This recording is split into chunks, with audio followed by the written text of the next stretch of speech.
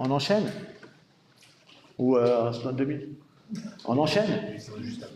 Juste après. Eh bien, on enchaîne. Vous êtes prêts? Ok, ben c'est parti. Parce que moi aussi, j'ai envie de finir. Non, c'est pas vrai, je suis pressé. Alors, on va voir le trauma crânien maintenant, et vous verrez qu'on remettra en pratique, et puis il y aura un rappel de ce qu'on a vu dans le trauma crânien. Alors, je vais vous annoncer la couleur. Vous avez reconnu la Casbah d'Alger. Hein? Bon, pour certains. J'aime bien parce que ça me rappelle d'où je viens. Alors, le problème, quand on parle de trauma crânien, eh ben, il ne faut surtout pas prendre la chose comme étant facile. Trauma crânien, c'est une pathologie bien caractérisée. Après 25 ans en neurochirurgie, je peux vous dire que je commence maintenant à comprendre ce que c'est que le trauma crânien. Je commence. Pourquoi je vous ai mis ces images? Tout simplement pour dire qu'il n'y a pas un trauma crânien, il y a des traumatismes crâniens. Regardez ces scanners, c'est des traumas crâniens. Est-ce qu'ils se ressemblent? Ils ne se ressemblent pas. S'ils ne se ressemblent pas, on ne va pas forcément, leur prise en charge va quand même être différente. Et ils ne vont pas avoir forcément le même pronostic. Ces malades, donc il y a des traumatismes crâniens, donc ça rend les choses difficiles. Pourquoi ça les rend difficiles? Parce qu'aucun malade ne ressemble à un autre. Par expérience, j'ai compris, avec le temps, si on prend par exemple l'hémorragie méningée par rupture d'anévrisme, on a l'impression d'être dans une pathologie expérimentale. Les patients se ressemblent. Il y a beaucoup de patients qui arrivent qui se disent « Ah, tiens, celui-là, il ressemble à ça. » Le trauma crânien, il n'y a aucun qui ressemble à un autre. Parce que le mécanisme n'est jamais le même. Une rupture d'anévrisme, c'est toujours la même chose. Hop, sylvienne, cérébrale antérieure, communicante antérieure. Trauma crânien, ce n'est jamais la même chose, ce n'est jamais le même mécanisme, même si c'est le même mécanisme, ce n'est pas les mêmes lésions. Bref, les malades ne se ressemblent pas. Et donc, c'est toute la difficulté. Et puis, ces patients sont différents par leur présentation clinique, ils sont différents par leur présentation au monitorage et par leur imagerie. Et donc, je vais essayer un peu de reprendre tout ça et de vous montrer, déjà, on va commencer par parler de la gravité de ces patients. Comme je vous l'ai dit tout à l'heure, dès que vous avez un traumatisme crânien, vous avez des contraintes à l'intérieur de la boîte crânienne qui vont survenir et qui vont impacter le cerveau. Vous avez des contraintes biomécaniques, on l'avait vu, d'étirements, compressions, vous avez des zones qui sont repoussées par un hématome, donc vous avez des étirements, des compressions, des torsions, ça c'est le biomécanique. Ensuite, ces contraintes biomécaniques vont s'appliquer sur le cerveau, donc vous avez, et sur les vaisseaux du cerveau, et qui sont ceux qui apportent la nourriture au cerveau. Donc vous avez des modifications macrovasculaires qui sont visibles, et microvasculaires, celles qu'on ne voit pas. Et regardez par exemple ici les vaisseaux d'un traumatisé crânien et les vaisseaux de quelqu'un qui est mort sans traumatisme crânien. Vous voyez, les vaisseaux ils sont quand même un peu fatigués. Et puis, tout ça va générer des problèmes biochimiques de souffrance cellulaire, avec des pompes ioniques qui ne vont plus fonctionner, la cellule va être complètement défaillante parce que ces mécanismes sont défaillants. Alors, à partir de là, vous avez compris que ces phénomènes sont complexes. On va avant tout parler des éléments de gravité, parce que souvent, quand on parle du trauma crânien, on oublie une chose, et les médecins, souvent, ils parlent à la famille, mais pour parler à la famille, parce qu'on a un malade, on a une famille qui demande comment il va être. Ah, docteur, comment il va être? Est-ce qu'il va s'en sortir? Il faut connaître les indicateurs de gravité pour pouvoir se prononcer. C'est pour ça que j'insiste, quand je fais ce cours, surtout aux médecins, je dis attention. Je commence par ça parce que c'est important de savoir ce que vous dites aux familles. Et il se trouve que parfois, la personne, elle vient d'avoir un traumatisme, se jeter du 5e étage, le crâne fracassé. Oui, le docteur qui nous a vu hier, il nous a dit, demain il sera debout, vous inquiétez pas, ça va aller. Le 5e étage, le crâne qui est complètement défoncé. Et donc, c'est pour ça que ce qu'on dit doit être honnête, doit être réel et se baser sur des faits.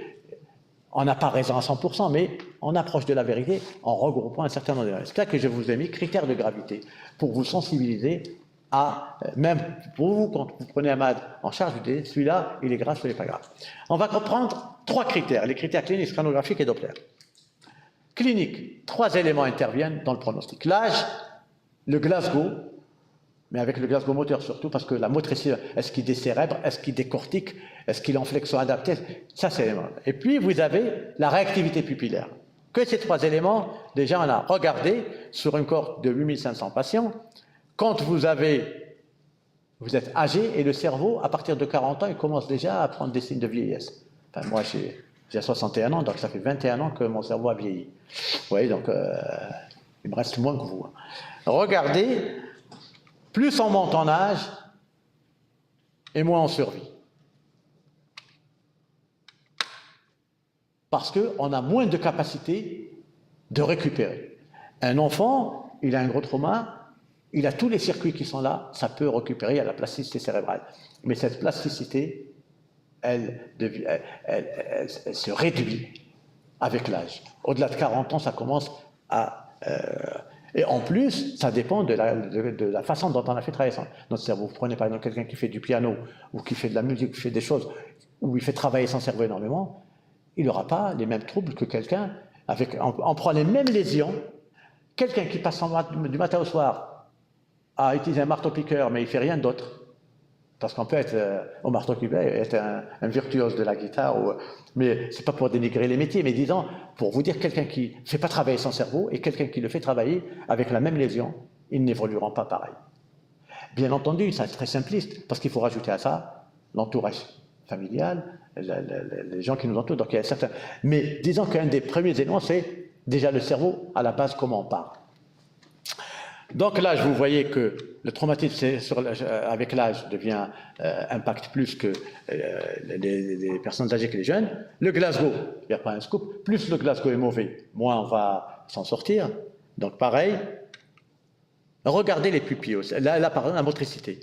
Donc la mortalité à 2 semaines. Regardez, je vous ai simplifié pour voir que les choses simples.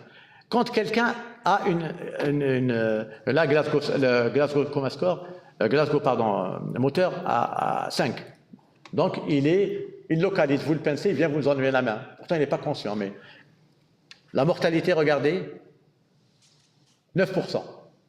Lorsqu'il est en extension, c'est-à-dire il décérèbre, 46% décérébration. Il ne joue pas dans la même cour. Hein. Donc, vous voyez que lorsqu'on a le Glasgow moteur qui est altéré, eh bien, la mortalité peut monter considérablement. Ça, je vous l'ai dit, la conscience n'élimine pas la HIC, vous l'avez bien compris. Ça, on l'avait vu. Les patients qui parlent, méfiez-vous. Et ce que je vais vous montrer, pourquoi ces patients, parce qu'on ne les a pas pris en charge, on ne les a pas pris au sérieux. Délai lent pour l'obtention du scanner, absence de demande d'avis neurochirurgical, retard dans le transfert, sortie précoce du patient, 3 heures après, eh bien, allez, rentrez chez vous. Non-correction des troubles de la coagulation, parce qu'il est soit il a fait un problème aigu qui fait qu'il consomme, soit il consomme ses facteurs de coagulation, soit il est sous anticoagulant. Et il faut que je vous donne la preuve de ce que j'avance. Regardez, ça, c'est des patients qui arrivent, regardez le Glasgow, 14, 14, 14, 13, 14, tous conscients. Regardez l'âge, 30 ans, 27 ans. Tous ceux-là sont morts. Ils sont arrivés conscients, morts, pour les raisons que je vous ai invoquées avant. Et c'est sans ces patients-là qu'il y a... Parce que quand on perd un malade comme ça, on ne dort pas la nuit. Quand on perd quelqu'un qui arrive en vrac, parce qu'il a un gros traumatisme, le cerveau est complètement abîmé, on ne va pas non plus, voilà, c'est comme ça, on dit à la limite, il vaut mieux qu'il parte, parce que lui, ça va être une catastrophe neurologique. Mais quelqu'un qui vient sur ses pieds, si on le perd, on n'est pas bien. Donc, faites attention. J'insiste sur ça. Les pupilles. Pupilles réactives, 23% de mortalité chez trauma crânien grave. Mydriasa réactive, bilatérale, 80% de mortalité. Vous voyez, donc, on a des indicateurs pour dire, tiens, attention, le malade, là, il va s'en sortir, là, il risque d'avoir des séquelles importantes. Et puis, on a le scanner. L'imagerie est un indicateur important. L'existence d'un sous-dural aigu, traumatique, ça multiplie la mortalité par 2. La compression des citernes de la base, vous voyez ici, en général, on a un cercle de liquide noir, comme ça, du LCR, qui entoure le tronc. Quand il n'y a plus rien, ça veut dire que le cerveau a tellement gonflé qu'il étrangle le tronc. Il n'y a plus de liquide. Ça multiplie la mortalité presque par 3. Donc vous voyez, et quand la déviation de la ligne médiane est plus de 5 mm, ça multiplie la mortalité par 2. Donc vous voyez, on a des indicateurs. Le scanner est un élément qu'on rajoute à notre raisonnement pour dire ça va aller ou ça ne va pas aller. Le Doppler, pareil, permet de prédire si les patients qui arrivent conscients, ça c'est des traumas crâniens modérés, s'ils arrivent conscients, pas trop mal, et que le Doppler est normal, ils ont peu de chances de mal évoluer, mais s'ils arrivent avec un état neurologique, un trauma crânien modéré avec un Doppler pathologique, ils ont des chances de mal évoluer. Je passe parce que ça, c'est la même chose que... Alors, la prise en charge maintenant. On va voir le cheminement du malade, le raisonnement à partir de l'extérieur jusqu'à l'hôpital. Qu'est-ce qu'on fait quand on est à l'extérieur? Pour ceux d'entre vous qui seraient peut-être amenés à être dans le SAMU. Le problème, c'est ces patients-là, vous allez sur la rue, sur l'endroit où ils ont fait leur traumatisme. Il faut d'abord détecter les grandes défaillances, les défaillances d'organes, un état de choc, un état respiratoire très altéré. Donc essayez de régler ce problème. Donc, vous recherchez tout de suite ce qui peut être à l'origine de leur mort assez rapidement. Ensuite, vous allez évaluer l'état neurologique, mais vous ne l'évaluez que lorsque vous avez rétabli les grandes fonctions, c'est-à-dire au moins oxygéner le patient, lutter contre une grosse hypercapnie, et puis stabiliser l'hémodynamique. Parce que si vous examinez malade avec 5 de tension, vous imaginez bien que le 5 de tension, moi vous me mettez à 5 de tension, je ne suis pas dans le coma, je suis sous terre. Donc 5 de tension, on est comme une serpillière. Donc on n'examine pas le malade avec 5 de tension. Donc on rétablit l'hémodynamique pour justement pouvoir avoir une évaluation neurologique qui soit la plus fiable possible. Et puis on va mettre en route les mesures d'urgence tout en examinant le malade. On hiérarchise nos mesures et puis on évalue en même temps les réflexions. Vous voyez, tout ça se fait en même temps.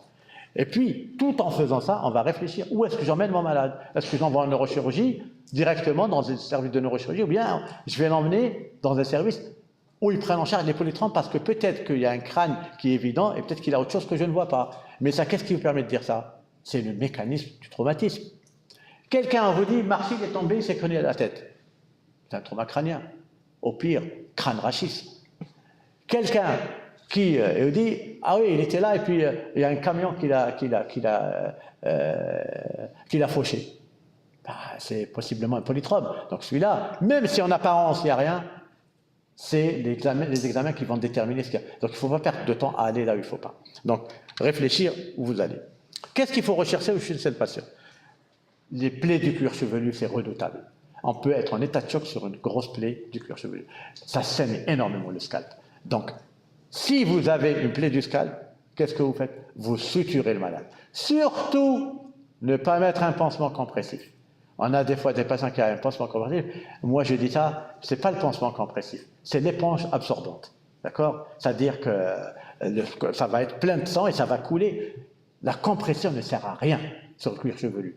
Il faut suturer, nettoyer rapidement, suturer, comme vous pouvez, même si vous n'êtes pas les experts. Après, les chirurgiens s'en chargeront. Mais la suture vous arrête le saignement. Parce que le saignement, ce n'est pas uniquement qu'on se vide de son sang, mais on consomme ses facteurs. Et s'il y a une petite contusion, elle va se transformer en gros hématome parce qu'il n'y a pas les moyens de la coagulation.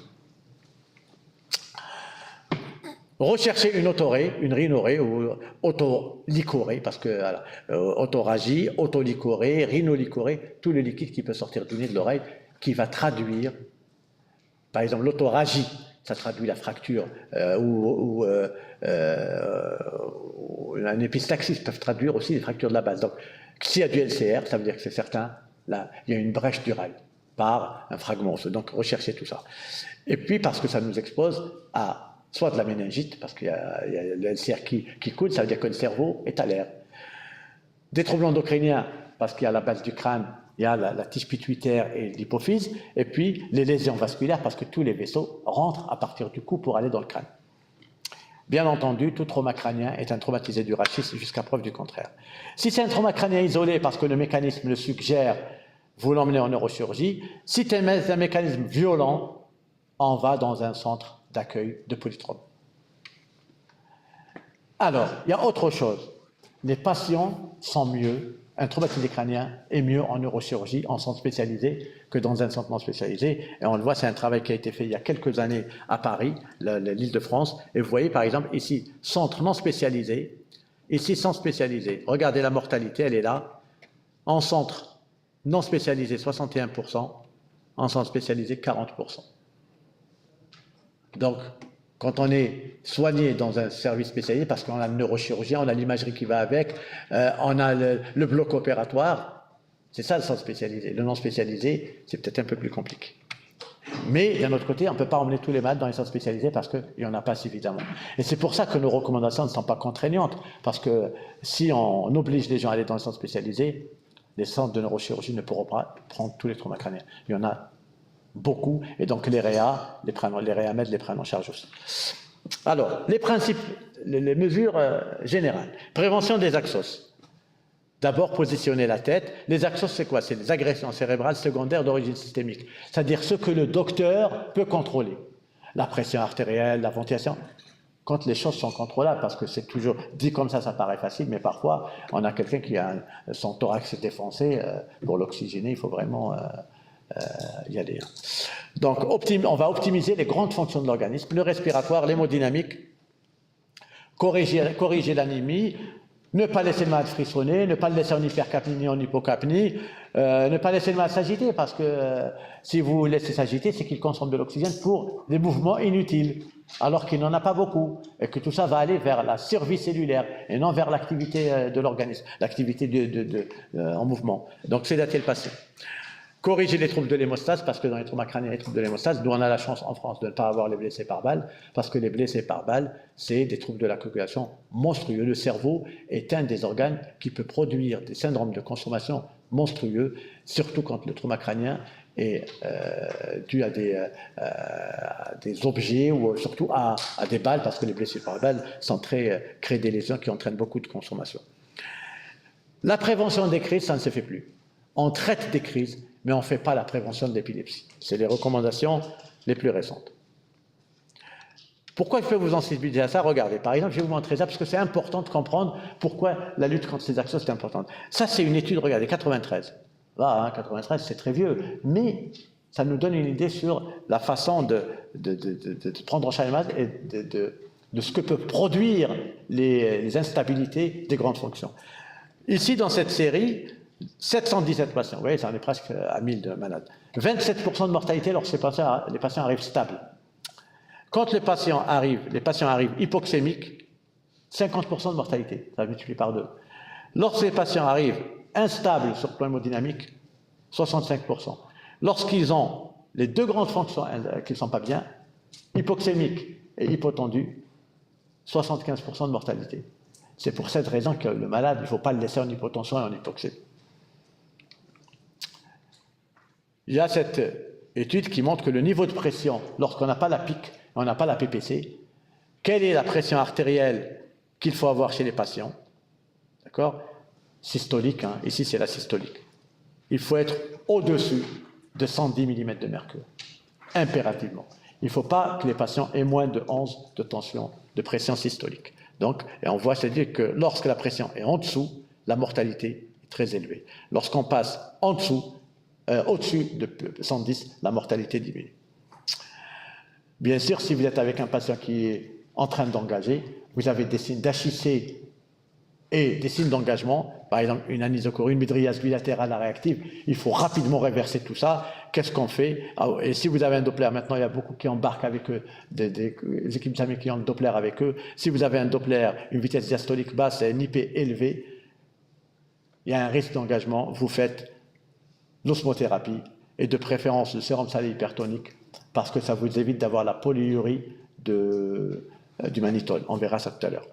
Vous sédatez le patient pour qu'il ne bouge pas, qu'il ne s'agite pas, quitte à le curariser. Maintenir la pression artérielle. S'il est hypertendu, ne faites pas trop baisser la pression. On peut tolérer jusqu'à 160, surtout s'il n'y a pas de signe de saignement ailleurs. L'hyperventilation, s'il engage, c'est la seule indication d'hyperventiler le temps d'arriver à l'hôpital, parce que vous ne comprenez pas, vous êtes dehors, il engage, c'est-à-dire vous faites tout pour faire baisser la pique. Et l'hyperventilation permet de baisser la pique, mais vous avez compris par quel mécanisme, en prévention d'oxygène. Mais là, si vous ne faites pas ça, il engage, il meurt, parce que le tronc est étranglé. Donc, c'est le cas où on peut faire, mais ça ne durera pas une éternité, ça dure quelques minutes.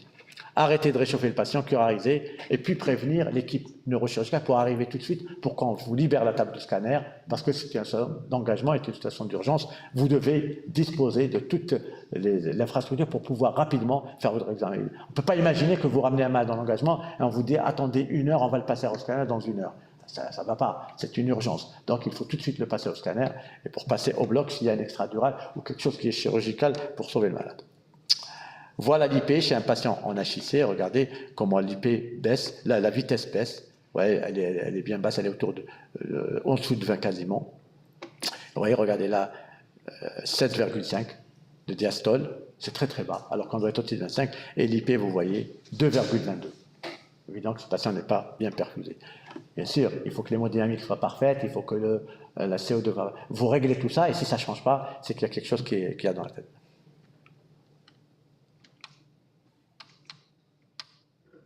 Voilà, pour ceux qui n'ont jamais vu un Doppler, j'ai fait un peu une construction avec voilà, je ne suis pas fort en informatique, mais je sais faire ces trucs-là. Parce que j'aime bien travailler mes diapos, donc je suis devenu expert mais pas expert du tout de l'informatique. Donc vous voyez, en fait, c'est cette artère-là qu'on regarde, la sylvienne.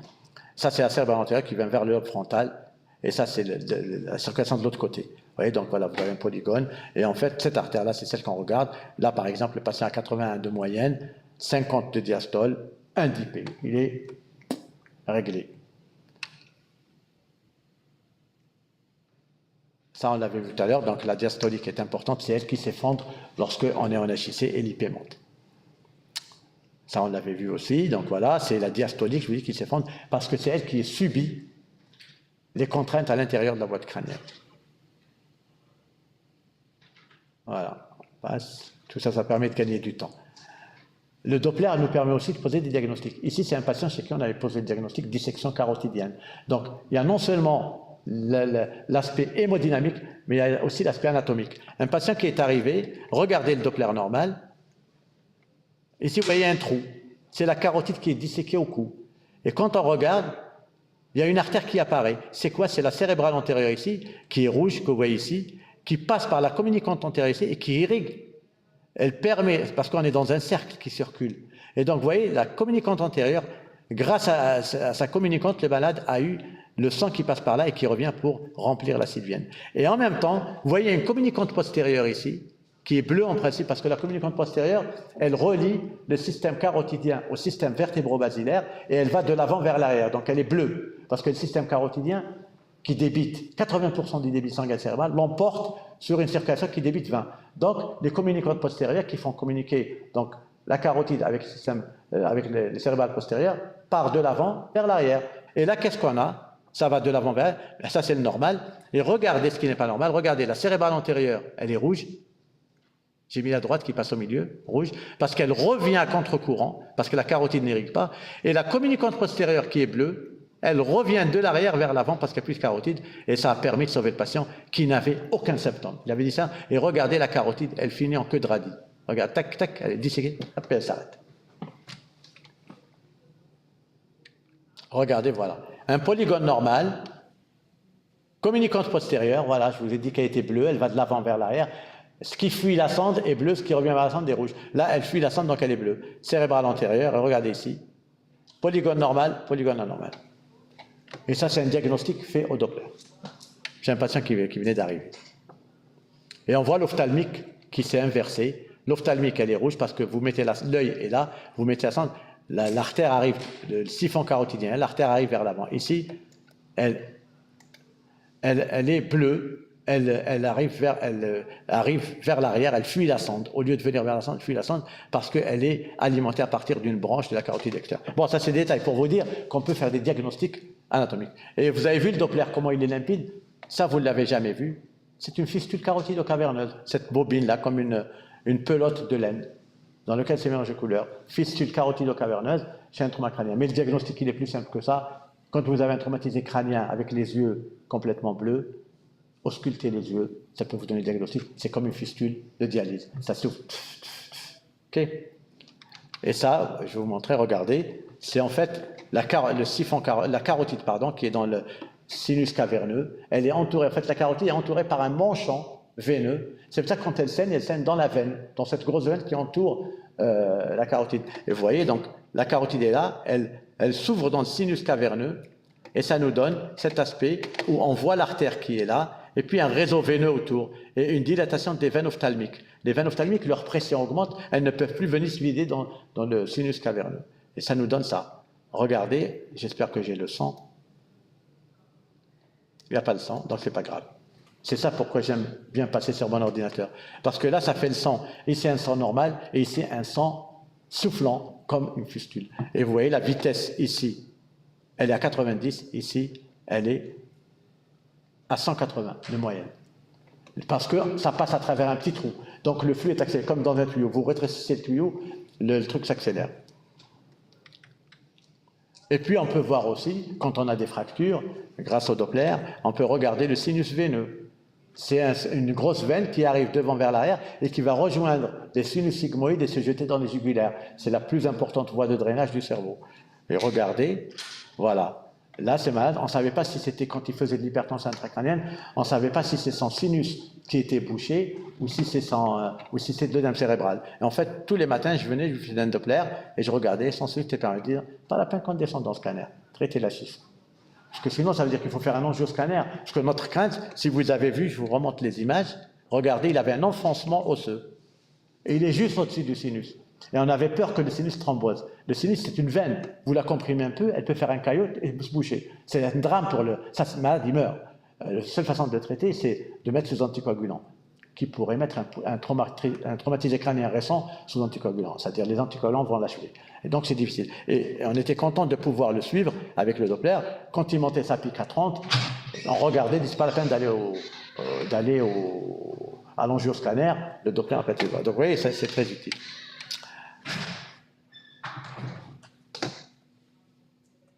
Alors, la révélation neurologique, donc on a dit pour le Doppler tout à l'heure, quand le Doppler s'altère, on a le raisonnement, c'est d'aller voir si le patient est en HCC, s'il est en hypocapnie, s'il a une PPC adaptée, s'il a une hypotension, et à ce moment-là, optimiser tous ces paramètres. Et si, avec l'optimisation des paramètres, rien ne change, vous mettez de l'osmothérapie et vous allez au scanner vérifier si le patient n'a pas développé quelque chose, un hématome ou autre chose. Alors, maintenant, l'imagerie.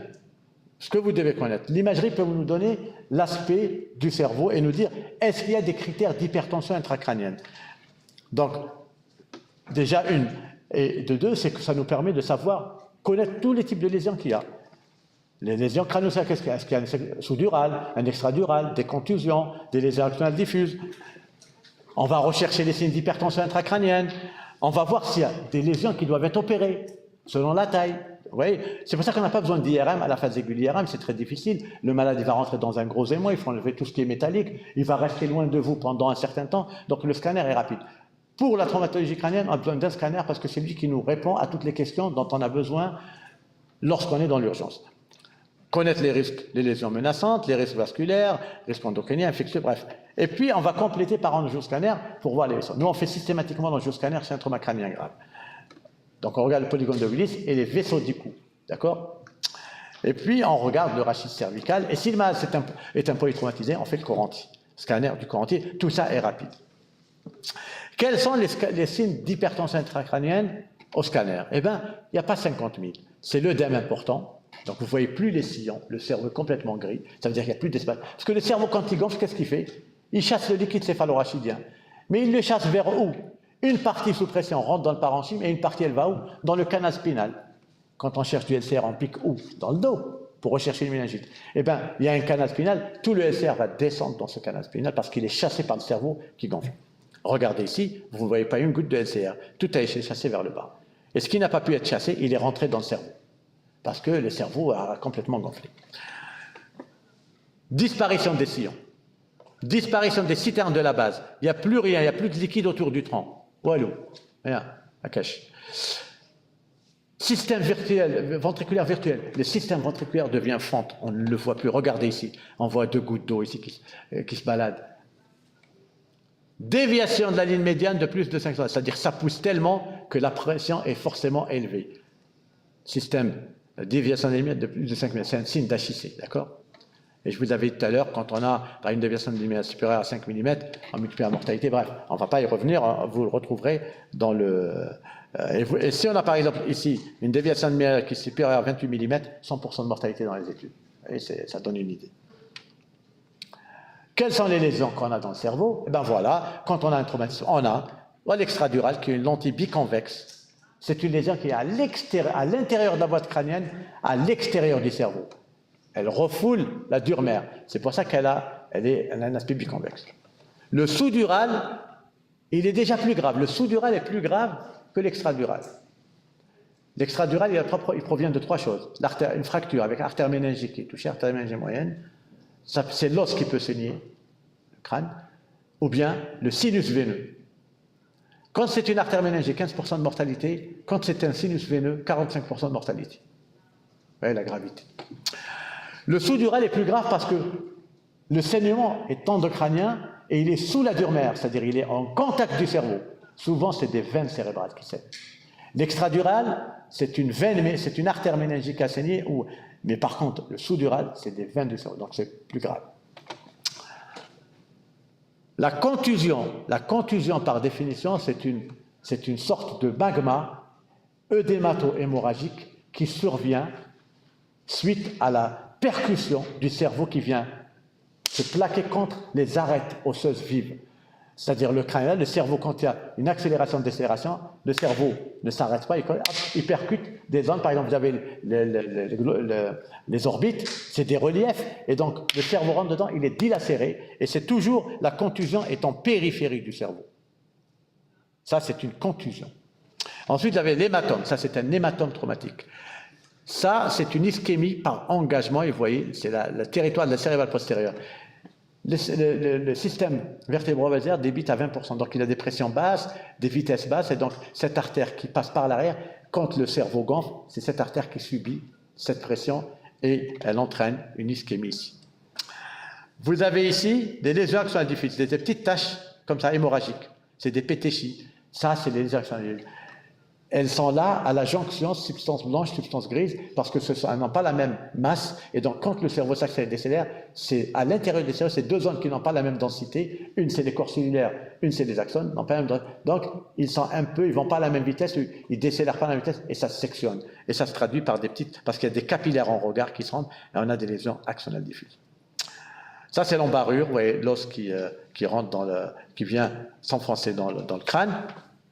Ici, ça, la contusion, et vous avez des fractures avec de la pneumoncéphalie, de l'air dans le cerveau, parce que le LCR a fui et il est remplacé par de l'air. Ici, c'est de l'hémorragie méningée traumatique.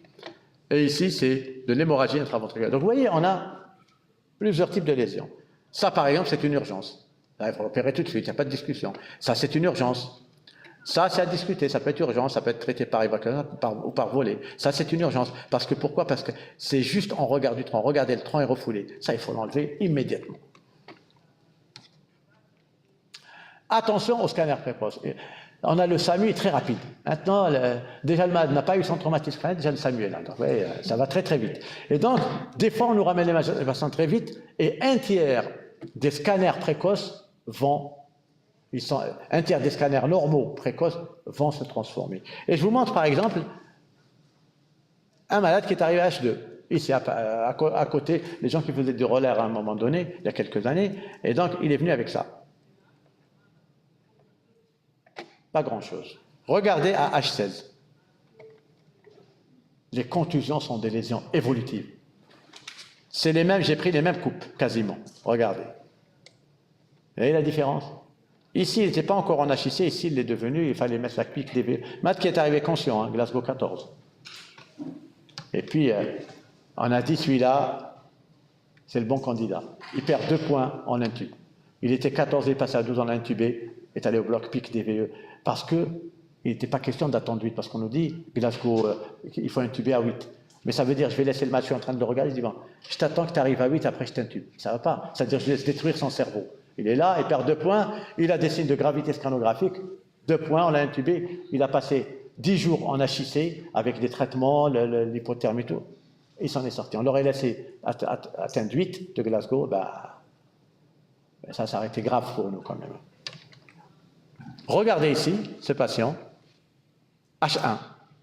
Vous voyez, le décollement, regarde, c'est du sang. Le scalp, il est quand même très... hop, extradural. Très frais. Regardez, cet extradural, il n'a pas eu le temps de devenir un caillou. Il est liquide. 3 heures après. Il était en train de saigner à bavouille. Le caillou, quand vous avez du sang qui se transforme en caillou, il devient blanc, comme l'hématome que je vous ai montré. Là, par exemple, c'est du sang qui n'est pas très frais. C'est-à-dire il a au moins quelques heures. Celui-là, il est très frais. Il n'a pas le temps d'être caillou, donc il est encore liquide. Et quand il est liquide, il n'est pas blanc. Il est comme le sous-dural chronique. Le sang, il est, au départ, quand on saigne, il est isodense. Au bout de plusieurs minutes ou d'une heure, il commence à devenir blanc. Et à 2-3 semaines ou un mois, il devient gris, isodense. Parce qu'il se reliquéfie. C'est la fibrinolyse naturelle, physiologique. Regardez ici, ce patient, il avait un extradural. On lui a verré l'extradural. Il dit attention, le bébé est là, il ne demande qu'à grandir. Ça, c'est le chat et ça, c'est la souris. On va enlever le chat, la souris, il faut la surveiller. Hop. Le chat est parti, la souris est sortie. Oui, donc il faut se méfier. Dit comme ça fait rire, mais on l'attendait parce qu'on s'est dit, il ne grossit pas parce qu'il y a de la pression. Et le fait de détendre le cerveau en enlevant l'autre extradural, eh ben, l'artériole qui saignait ne demandait qu'à saigner plus parce qu'il n'y a plus rien qui l'écrasait. Il n'y avait plus la contrainte. Alors, il ne faut pas oublier que notre trauma crânien, le scanner, c'est une chose, les lésions vasculaires qui peuvent accompagner le trauma crânien. Regardez ici, je vous l'avais montré là, la dissection carotidienne post-traumatique avec la fistule carotido-caverneuse. Un faux anévrisme, c'est quelqu'un qui s'est tiré une balle. 17 jours après renseignement, il avait cet aspect, cet truc en faux anévrisme en chaussette qui a été encollé avec un hématome. On l'a vu saigner, le sang n'était pas encore complètement coagulé. Devant nous, elle avait une pique, une patiente qui était sur la sortie. Hein. Il y avait la fibre, et on a vu la fibre. Qu'est-ce qui se passe? Et en fait, elle avait saigné. Ici, c'est une thrombose du sinus, une fracture occipitale. Regardez, thrombose du sinus. C'est une fracture du rocher, pardon. Fracture du rachis cervical. Regardez ici, une vertébrale qui ne circule plus. Là, elle circule, l'iode passe, ici, ça ne passe pas. Ici, c'est un faux anévrisme du sinus pétreux et qu'on a dû traiter pour pouvoir monter la pression parce que le patient avait fait un vasospasme artériel cérébral sur de l'hémorragie méningite traumatique. Vous voyez, donc c'est... Je continue. Alors, prise en charge initiale, on a dit, il faut d'abord monitorer le patient avec le monitorage qu'on a vu tout à l'heure. Sans monitorage, on ne peut rien faire. Je ne reviens pas dessus. Vous avez compris, donc tout ça, les outils dont on dispose, chaque service a ses propres spécificités selon le choix qu'ils ont fait. Nous, on a un certain choix et d'autres services. L'essentiel, c'est d'avoir plusieurs outils qu'il faut regarder pour pouvoir bien cerner le malade. Et tout ça, ça nous permet de mesurer la pique, calculer la PPC, puis tester l'ensemble de choses qu'on doit tester, et évaluer notre traitement surtout. Vous avez vu cette image avec la DVE, nous voilà les outils qu'on a actuellement. Le monitorage avec la double technique. Alors, quels sont les principes de prise en charge? C'est contrôler la pression intracrânienne et maintenir la perfusion cérébrale. Les deux vont ensemble. La perfusion cérébrale, c'est le moteur, c'est ça qui apporte de l'oxygène au cerveau. Et puis, protection cérébrale, ça, c'est une notion qui est difficile à percevoir, c'est des choses de laboratoire, on parle de protection, mais ça, c'est compliqué. L'autorégulation, on en a parlé, vous avez vu, c'est le fait de monter la pression artérielle en vasoconstricte. Et si la pression artérielle baisse, eh ben, on revient dans le sens inverse, en vasodilate. C'est-à-dire, si le patient chute sa tension, il se met en HIC parce qu'il se vasodilate. D'accord? Et donc, ça, vous l'avez vu. On repart, voilà, donc le malade, je vous avais montré, il est stable, la vitesse ne bouge pas, le débit ne bouge pas, donc on l'a vasoconstricté et ça va se traduire par une baisse de la pression intracrânienne. L'autorégulation, vous avez compris. Celui qui ne l'a pas, vous avez compris que vous montez la pression, il se dilate et il augmente son débit et il aggrave son HIC, comme on l'a vu ici. Vous voyez, je monte la pression, la pique monte, la vitesse monte, donc tout monte, je rebaisse la pression, tout rebaisse. Il n'a pas d'autorégulation. Voilà ce qu'on a, donc ça c'est, on l'avait vu, la sylvienne c'est celle qu'on regarde. l'IP pour régler le problème de la PPC. La PTO2 peut être, donc vous voyez, le monitorage peut nous permettre d'optimiser la pression. Donc l'objectif est d'être au-dessus de 20 mm de mercure de PTO2, et bien il fallait être au-dessus de 60. Voilà. Ici, la HIVO2, elle nous permet d'évaluer, donc les techniques d'oxygénation, de monitorage d'oxygénation permettent de voir les choses encore mieux. La pression qui baisse, la pique qui augmente. Vous vous rappelez du plateau, le plateau, ici on est dilaté et quand on avance dans le plateau, on vasoconstricte. Mais quand on vient en arrière, eh bien, de la vasoconstriction, on vient vers la vasodilatation et on a la pique qui monte. Et la saturation baisse parce que le débit a baissé et quand on rétablit l'hémodynamique, hop, tout redevient au beau fixe. Donc les objectifs, on ne doit pas dépasser 25 de pique, en général on essaie d'être en dessous de 20, mais des fois c'est compliqué, donc on peut accepter jusqu'à 25. PPC 60-70, PAM entre 80 et 100 lorsqu'on n'a pas le monitorage, et une PAS en l'absence de monitorage supérieur à 110. Le drainage du LCR, on l'avait vu tout à l'heure, permet de traiter les patients. Le drainage permet donc de traiter l'HIC, c'est un des premiers traitements, c'est mécanique et ça se passe bien.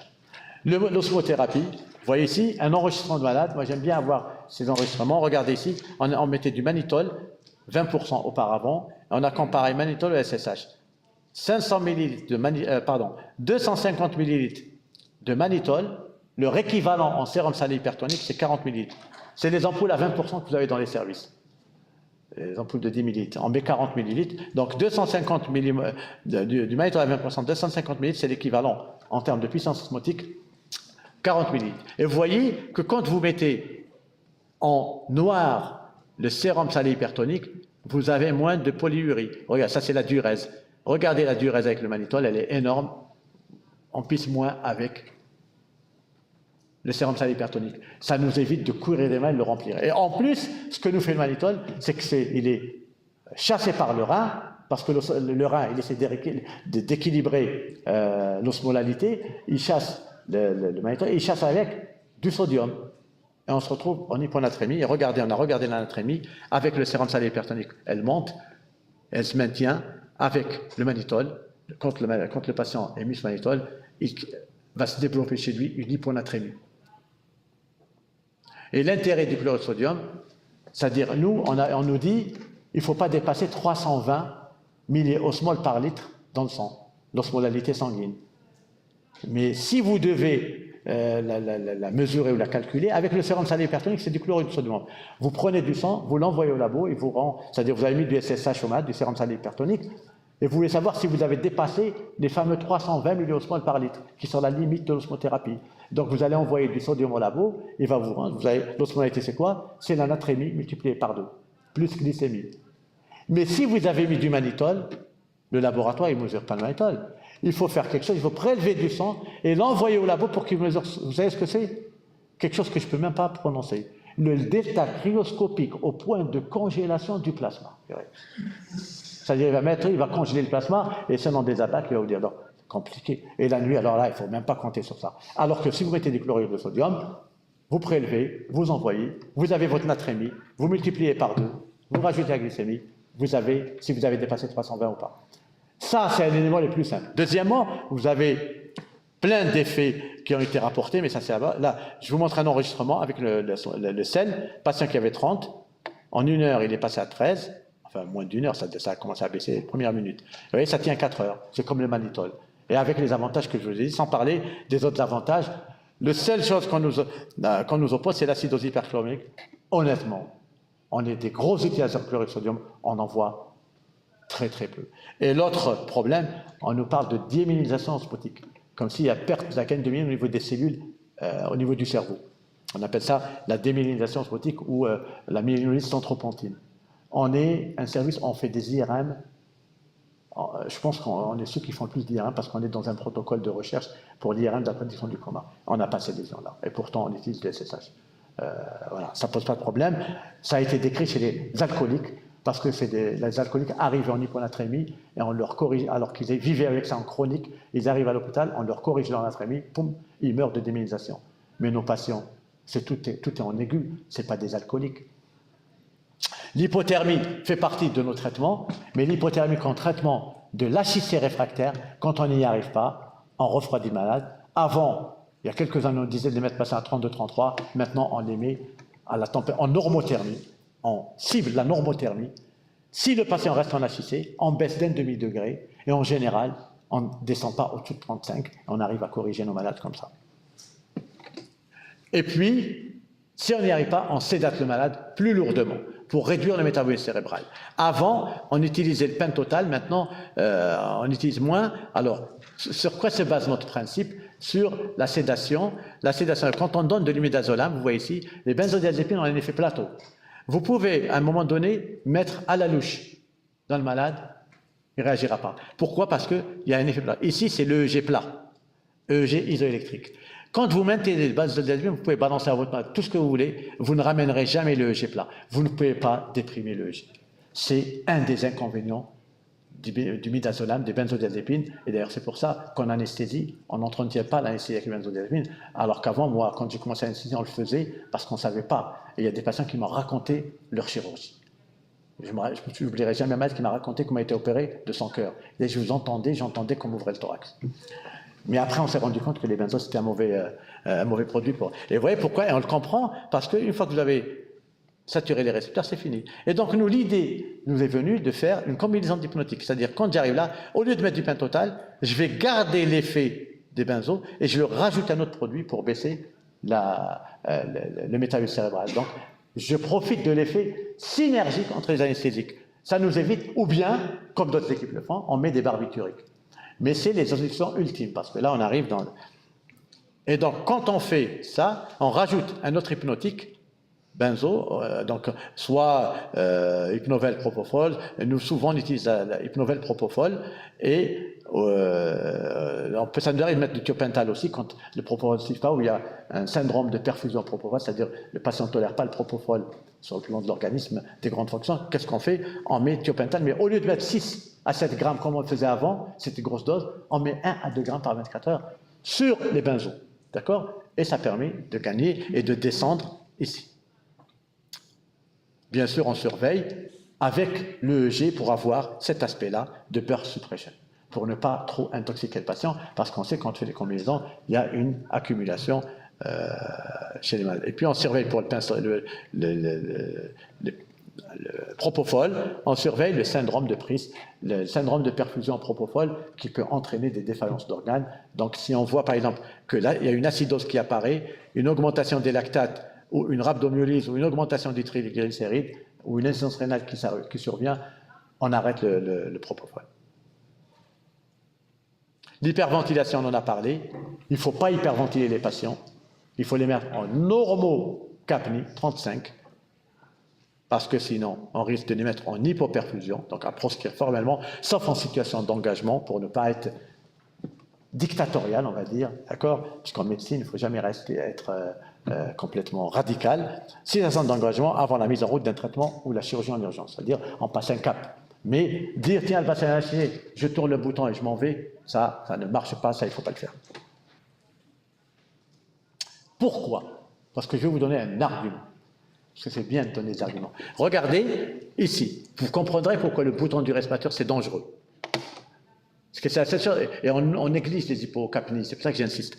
Et vous êtes en face des malades, donc c'est à vous de faire attention. Regardez ici. C'est une courbe, on a la PCO2, ici on a le débit sanguin cérébral, cerebral blood flow, donc débit sanguin cérébral, et ici vous avez la pression artérielle. Quand le patient est en normocapnie, voilà, le patient est à 12, c'est cette courbe-là. Quand on est en normocapnie et qu'on a une pression à 12 de systolique, on a un débit de 50 millilitres pour 100 grammes et par minute. C'est normal. Lorsque vous hyperventilez le patient, vous le laissez à 12 de tension, vous augmentez la ventilation pour baisser le CO2, et pourtant il est à 12 de tension. Il est à 12 de tension, vous l'avez hyperventilé, il est à 12, son débit sanguin cérébral est à 30. C'est l'équivalent d'une pression artérielle de 50, comme s'il avait 5 de pression artérielle. Et pourtant, il est à 12. Si vous avez le scope, il a 12, 120 mm de mercure de pression systolique. Mais il a un débit sanguin cérébral de quelqu'un qui est à 50 mm de mercure. Son cerveau est en situation d'état de choc et pourtant l'organisme est en situation normale. C'est ça l'hyperventilation et l'hypocapnie. Si vous avez compris ça, je n'ai plus besoin de vous donner d'autres messages. Maintenant, si on n'arrive pas avec ces moyens que je vous ai rapportés à contrôler la pression intracrânienne, on voit par exemple que le patient a des signes d'engagement, des signes scanographiques d'HIC d'engagement, ça ne va pas, on met tous les traitements, rien ne bouge, on passe par paliers, les premiers paliers, deuxième palier, des traitements médicaux, rien ne marche. Qu'est-ce qu'il nous reste? On va regarder le traitement radical qui est le volet décompressif. On va ouvrir le crâne. Mais avant d'ouvrir le crâne, on vérifie si ça vaut le coup. Parce que quand on ouvre le crâne, le malade ne meurt plus. Est-ce qu'on a sauvé un malade ou est-ce qu'on a sauvé un corps dans sa vie? Un comateux ou un végétatif? Donc, qu'est-ce qu'on regarde? Et ça, c'est notre attitude dans le service, c'est pour ça qu'on est dans la pratique. Pic supérieur à 30, de plus de 30 minutes. Alors, l'HIC, c'est pas... Si vous toussez ou vous bloquez, vous avez la pique qui monte à 30. L'HIC, c'est une pique supérieure à 20 pendant au moins 3 minutes. Quand le malade est âgé, prenez la montre. Mais 3 minutes, c'est lent. Hein. Et certaines disent au-dessus de 20 pendant 5 minutes. Parce que la pique, elle peut monter, il y a des variations chez le malade. Elle peut monter, rester 30 secondes, 20 secondes et redescendre. Ça, c'est pas de l'HIC. L'HIC, c'est quand elle est au-dessus de 20 pendant au moins 3 minutes. D'accord? Donc, ces malades qui ont de l'HIC, soit il a une isochorie, poussée fréquente d'HIC, il monte souvent, et on a du mal à le faire baisser. On va regarder, est-ce que c'est un terrain favorable? L'âge, les antécédents. Moi, si on me ramène quelqu'un de 90 ans, Alzheimer, aveugle, sourd, totalement dépendant, et on me dit, tiens, trauma crânien, est-ce qu'on fait le volet? Il faut le laisser tranquille. Maintenant, si on me ramène un jeune de 16 ans, j'estime qu'il est sortable d'affaires et que ça va aller. Celui-là, j'accepte. Donc, c'est toute une discussion. C'est une discussion qui devient éthique, philosophique et tout ce qu'on veut. Elle n'est pas que scientifique. Donc, on va regarder terrain antécédent, état des pupilles, les signes de gravité, le scanner, concertation entre nous, et puis ce qu'on fait, une IRM, pour chercher s'il n'y a pas une lésion cachée qui a déjà scellé le sort du malade. Par exemple, vous prenez un tronc qui est sectionné, c'est fini. Vous prenez une grosse hémorragie dans le tronc, un tronc complètement sectionné, ça s'arrête. En haut, on ne voit rien. Le scanner n'est pas bon pour vraiment voir le tronc. Donc, on fait une IRM. Une IRM qui ne dure pas longtemps, qui dure 10 minutes. Qu'est-ce qu'on fait? 3 séquences. T2 étoiles. C'est la séquence du sang. On va voir les ennuis du sang. Ça s'appelle le T2 étoiles. C'est une séquence T2 étoiles.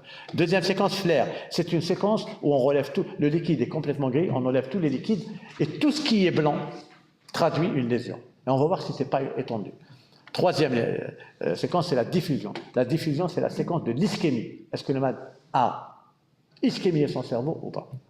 Et à partir de là, on va regarder absence de lésion majeure du tronc, absence d'atteinte bilatérale des noyaux gris, absence de lésion étendue anoxo-ischémique, parce que des fois, il y a un arrêt cardiaque, on va désincarcérer le malade qui a fait un arrêt cardiaque, on le masse, après, bon, il y a le trauma crânien, mais quel est l'impact de cet arrêt cardiaque? Et donc, on va regarder tout ça, et à partir de là, on décide. Et si tout va bien, crâniectomie décompressive, on va lui ouvrir le crâne. Voilà. Et vous avez, on enlève une grande partie du crâne, et c'est fini. Il n'y a plus d'HIC, et le malade n'aura plus d'hypertension intracrânienne.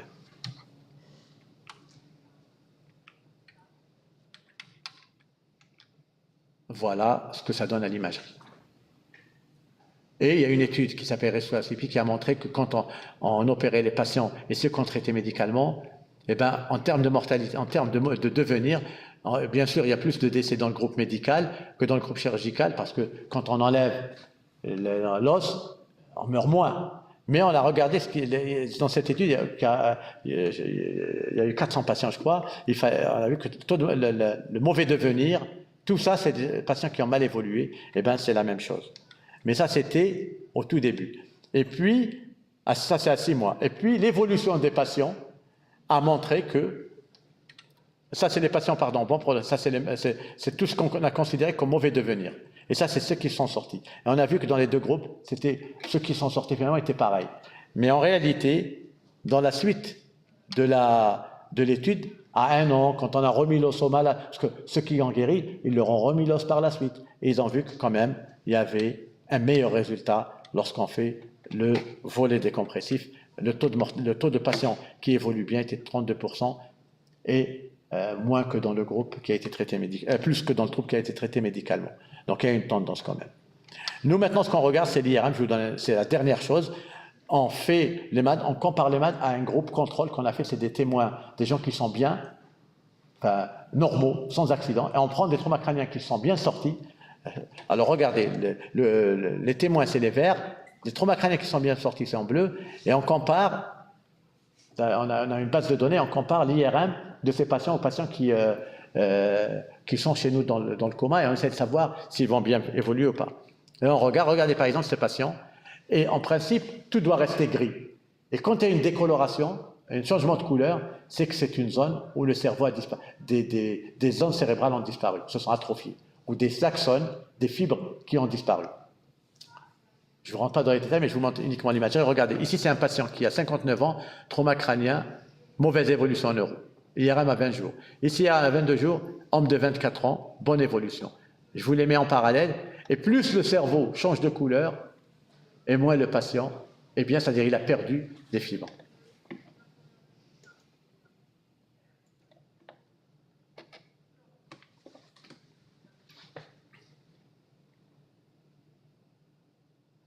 Donc on commence par le tronc. Vous voyez le tronc en bas, jusqu'à maintenant ça va. Ça commence à se décolorer chez celui de gauche. Regardez celui qui est sur ma gauche à moi.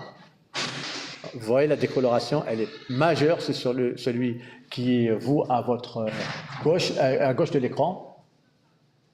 Regardez, les fibres blanches ont complètement disparu. Plus c'est foncé et moins le cerveau est riche. Il y a toujours des lésions, mais regardez l'autre combien c'est foncé. Plus c'est foncé, plus c'est pauvre en fibres. Et donc, on comprend pourquoi le malade qui est à gauche de l'écran est décédé dans le coma et ne s'est jamais réveillé, alors que celui de la droite s'est réveillé. Parce qu'il y a moins de lésions. Donc, il se projette. Alors, le patient qui s'en est sorti se projette ici. Ça, c'est l'ellipse dans laquelle se projette. Alors, plus on est proche de là, moins on a perdu de neurones et plus on est susceptible d'avoir un bon devenir. Et plus on va vers l'arrière, plus on rejoint le groupe des morts. Et on a moins de chances de s'en sortir. Ben, c'est toujours, ça c'est une étude qui se poursuit. Hein. Là, vous voyez, ça c'est quelqu'un dans. Regardez le normal, il n'y a pas de couleur. Ça, c'est les témoins. On a considéré que les groupes témoins, c'est des gens qu'on voit moi qui se présentent comme volontaires, on leur fait l'IRM. Et voilà l'aspect d'un sujet. Donc il n'y a pas de couleur. Ça, c'est la norme. Et c'est le masque, et on pose les malades sur ça. Et on regarde quelle est la différence. Et tout ce qui est différent change de couleur. Regardez là où c'est blanc. Vous voyez, là, c'est le masque, c'est les zones, on a choisi ces zones-là, et ce sont les zones qu'on a considérées comme les zones qui vont avoir un impact sur le devenir des patients. En fait, vous voyez, voilà, et ça c'est les groupes témoins, ça c'est les malades qui sont sortis d'affaires, et on projette des malades sur ces courbes-là. Il y a toute une équipe de recherche, de mathématiciens, d'informaticiens, de radiologues qui travaillent sur ça.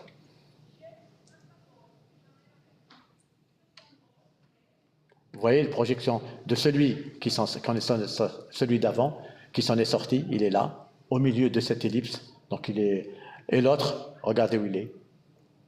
Il n'a plus de cerveau. Il se projette très très loin. Voilà, donc les messages importants. Hein. Le cerveau est vulnérable, donc il faut vraiment le protéger dès les premiers instants du trauma crânien. Il faut évaluer le patient sur le plan de la gravité, rapidement mettre en route les traitements, l'osmothérapie en cas d'engagement. L'HIC doit toujours être traité, mais en préservant la perfusion. La perfusion est plus importante que la PIC. Maintenir la perfusion cérébrale, différer toute chirurgie non vitale, bien sûr. Tout ce qui n'est pas vital, si on peut le différer, on le diffère. Et